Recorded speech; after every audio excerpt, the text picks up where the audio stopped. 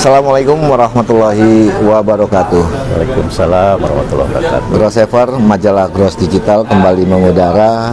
Oh ya, majalah Gross Digital atau MGD garis miring Gross TV.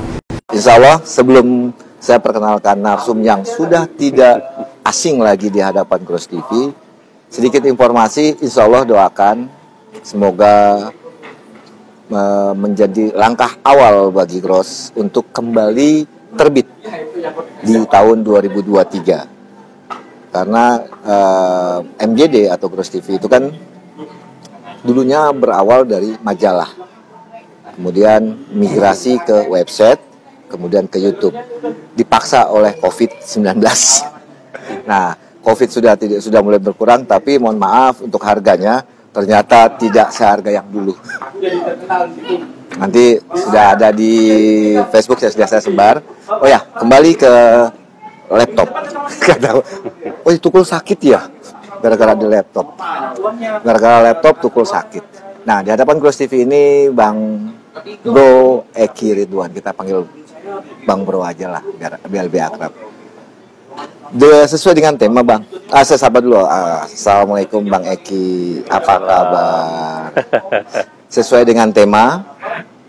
Ini kita di penghujung tahun, kita ngobrol-ngobrol santai Bang, seputar dunia notaris Indonesia. Merujuk ke dua narsum sebelum Bang Eki itu kan, pertama Prof. Dr. Widi Handoko, yang kedua Dr. Sapran Sopyan. Ya Bang Eki mungkin nonton, dan pemirsa Grossever juga pasti, pemirsa Gross TV juga sudah menyaksikan.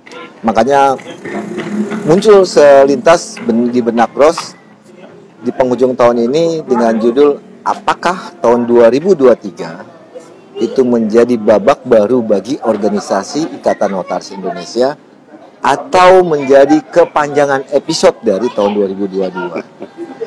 Karena ya seperti kita tahu ya, nanti sedikit nih, sebenarnya bosan saya nanya lagi, pertanyaannya itu lagi, kayaknya ke situ, tapi ada sesuatu yang akan kita sampaikan. Bang Eki, Bang Bro, kalau ngeliat dari perkembangan kemelut ya, kalau lihat judul dari Bang Sapran kan langsung kemelut di tubuh INI, ya bukan lagi rahasia umum. Kenapa? Semenjak lepas Kongres luar biasa di Pekanbaru hingga hari ini, kemelut itu masih terjadi. Bahkan sebelum di Pekanbaru, sebelumnya itu muncul namanya senjata idola. Senjata idolanya adalah keputusan di luar Kongres yang mungkin pemirsa banyak yang menganggap baru 2 kali. Tapi Gross TV bukan 2 kali, tapi sudah 4 kali. Sedikit saya ulas sedikit. Tanggal 23 Februari KDK pertama, yaitu memundurkan pelaksanaan KLB dari bulan April ke akhir Mei awal Juni. KDK kedua tanggal 24 Maret memundurkan Kongres selambat-lambatnya bulan Desember. KDK ketiga 1 September itu memindahkan tempat pelaksanaan Kongres. Dan KDK terakhir ini di tanggal 29 November. Ya sekitar hampir 2 bulan kurang ya. Sebulan lebih atau 2 bulan kurang muncul lagi KDK menetapkan Kongres di bulan Maret 2023. Nah, kalau dari kacamata Bang Eki nih ngeliat perjalanan bukan hiruk pikuk ya, apa ya, kemulut lah ya. Seperti Bang Saprannya, kemulut yang terjadi tubuh ini seperti apa Bang? Baik, silakan. Boleh lah nyapa dulu. Baik, terima kasih.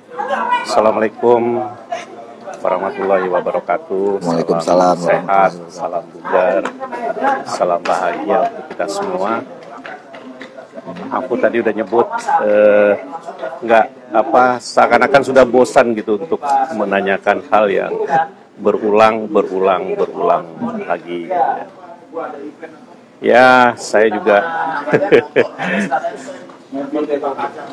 kemarin diteleponin sama Mahfud, terus tiba-tiba flyernya sudah muncul. Seperti biasa. Mudah-mudahan bincang santai ini ada manfaat lah ya, bukan berarti apa yang saya sampaikan itu semua benar gitu ya. Semoga. Silakan saja, ini dari cara pandang saya. Jadi kalau beberapa waktu lalu saya ikuti bincang santainya Bro Mahfud dengan Bang Dr. SS ya. Oh, Bro SS ya. Dan yang sebelumnya sama Prof. Widi ya. Terus saya juga sepakat ya, kalau di Bang SS disebut kemelut. Sorry, saya minum dulu. Ya. Santai aja Bang, kan bincang santai Bang. Ya, ya memang kusut jadinya gitu ya. Walaupun kalau kita mau jujur dari awal itu tidak ada yang bermasalah gitu ya. Nah, tidak ada yang bermasalah, tetapi yang tidak bermasalah itu dipermasalahkan. Ya. Dimulai dari hasil keputusan Kongres ya. Karena ini kaitannya nanti dengan keputusan di luar Kongres, KDK itu. Ya. KDK itu muncul ya, walaupun sudah ada keputusan Kongres, boleh apa tidak? Kalau menurut saya boleh. Ya. Boleh. Sepanjang keputusan di luar Kongres itu mempunyai maksud yang benar. Begini, kenapa tidak ada masalah sebenarnya? Ini berarti, Ya. kalau saya potong, ini berarti dari sisi Abang yang pernah menjadi kabit organisasi ya? Ya, makanya saya coba sampaikan dulu gitu. Oke, Ya. siap. Awalnya kan ini tidak ada masalah. Nggak ada masalah. Nah, yang tidak ada masalah ini dipermasalahkan. Terus terakhir tadi dikaitkan dengan keputusan di luar Kongres, KDK. Kenapa di awal tidak ada masalah? Kongres 2019 di Makassar. Ya.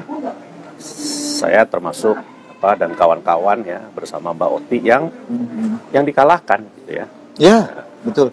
Dan kita mempermasalahkan itu tidak. Ya. Justru bagi kita luar biasa ya, Mbak Oti sebagai salah satu kandidat ya waktu itu, sah calon dengan legowo, silakan saja ya. Nah, mudah-mudahan harapan kita akan jauh lebih baik ya. Tapi ya semua sudah tahu kan apa yang terjadi sekarang. Ya. Kemudian yang lebih penting, salah satu keputusan Kongres itu adalah menentukan tuan rumah penyelenggaraan Kongres Oh berikutnya. ya, di Kongres. Ya. Oke. Itu sudah diputuskan di Kongres 2019. Ya. Ya. Betul. Kan tidak masalah. Nggak ada masalah. Nggak ada masalah. Semua menyetujui kok. Iya. Ya. Sampai Nah, setahun 2 tahun kemudian, aman-aman aja. ya, tiba-tiba itu yang dipermasalahkan. Diubahlah tempatnya. Tidak boleh di Jawa Barat. Nah, ini kan aneh ya. Walaupun ada surat ya dari baca ketum ya. Nah, tapi itu tidak bisa menjadi pegangan, gitu. Tidak bisa menjadi dasar. Jadi seharusnya semua berjalan dengan aturan mainnya. Mengalir saja gitu ya.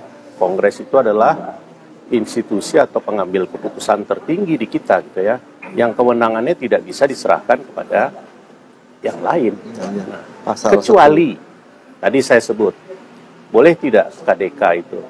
Boleh. Boleh. Misalnya, kenapa KDK? Pada saat mau diselenggarakan Kongres, tiba-tiba force majeure.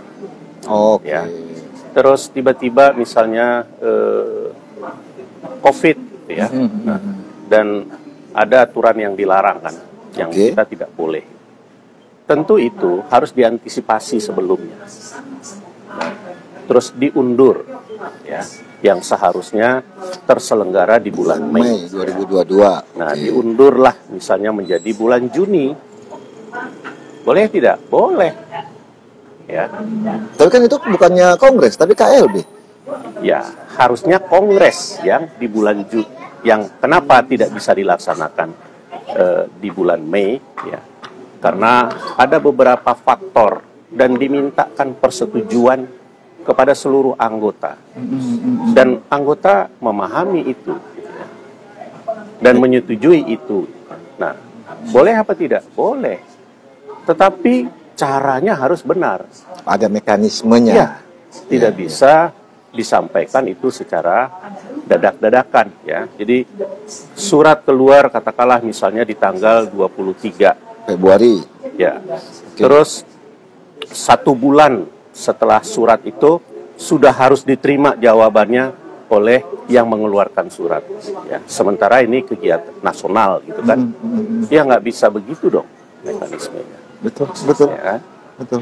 Terus apa alasan lain ya? Saya kira tidak ada alasan yang masuk akal, nggak ada. Misalnya satu lagi yang disebut, oh kan salah satu baca ketum itu adalah orang Jawa Barat ya. Ketua Pengwil pula lagi. Jadi itu bukan alasan. Kan dia menjadi baca ketum tidak diputuskan pada saat 2019 yang lalu toh. Ya 2019 mana ada calon, Bang? Makanya belum ada baca ketum. Nggak ada calon. Iya. Lah, dulu Ibu Tin Norman Lubis Ya, waktu terpilih menjadi ketua umum di tahun 2002 kalau saya tidak salah ya, 2002 2003 ya. Nah, itu penyelenggaraan kongres itu di Horizon di Kota Bandung, di Jawa Barat. Nah, waktu itu Bunda Tin itu menjabat ketua Pengwil nggak?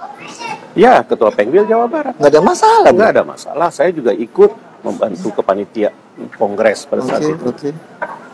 Tidak ada masalah. Pak Harun Kamil juga, kalau saya tidak salah ya. Jakarta. Jadi sebenarnya sesuatu yang tidak masalah dipermasalahkan. Nah, makanya kemarin judul yang disampaikan oleh Dr. Safran itu betul, kemelut, memang kemelut.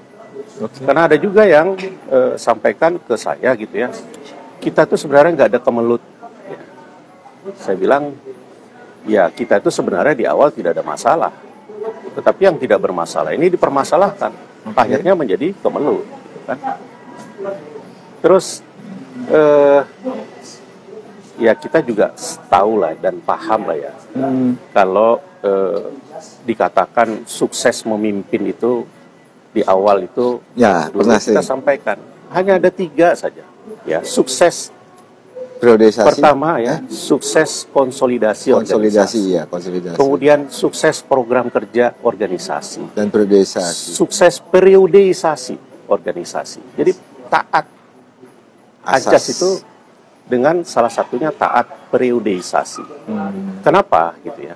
Kalau tidak taat periodisasi, ini menjadi kaderisasinya itu tidak berjalan dengan jadwal yang sudah seharusnya itu diikuti. Karena anggaran dasar, anggaran rumah tangganya kan begitu. Ya, kan? pasal 10 kalau nggak salah. Terus, dan tidak bisa juga kita melihat ya dengan cara pandang kita sendiri, oh kita belum bisa nonaktif, ya, karena kan belum kongres.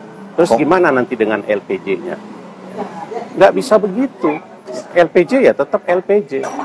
Kalau periodisasi, nah kalau tidak salah di anggaran dasar itu ya mulai dengan alat kelengkapan organisasi. Pasal 10. Ada pertama rapat anggota, ya. Ada rapat ya. Rapat itu kongres, ada kongres, ada konferwil, ada konferda. Kongres garis miring kongres luar biasa. Ya, kongres garis miring kongres luar biasa. Konferwil. Nah, yang kedua alat kelengkapan organisasi itu pengurus. Ada PP, pengurus Dewan, pusat, ada Pengwil dan Pemda. Yang ketiga ada Dewan Kehormatan. Ya. Ada DKP, DKW, DKD. Ya. Yang keempat, nah ini hasil kongres yang terakhir, namanya Mahkamah Perkumpulan. Ya. Nah, kemudian kongres itu ya di dalam rapat anggota konkret kan disebutkan di pasal 10. Pasal 10 ayat 2. Ayat 10A. 10A ayat ya. 2, betul. Di pasal 10A itu muncul kongres dilaksanakan setiap 3 tahun. 3 tahun. Jadi Bro Mahfud ini kalau saya hormat, salut ke beliau ini. Jadi kebetulan nemu saya banyak kebetulan buka buku nemu 2 kali jadi ketua bidang di PPINI, tapi tidak semua hal saya memahami gitu ya. Tahu betul karena saya mungkin bisa baca, tetapi memahami itu kan perlu proses. Bro Mahfud ini mengikuti setiap kegiatan-kegiatan yang strategis gitu kan, dan beliau ini bisa ketemu langsung dengan para tokoh-tokoh gitu kan, yang saya mungkin untuk bisa bincang-bincang dengan Kang Profudin Narsudin itu sulit. Untuk bisa ketemu dengan Prof. Widi Handoko itu sulit gitu loh.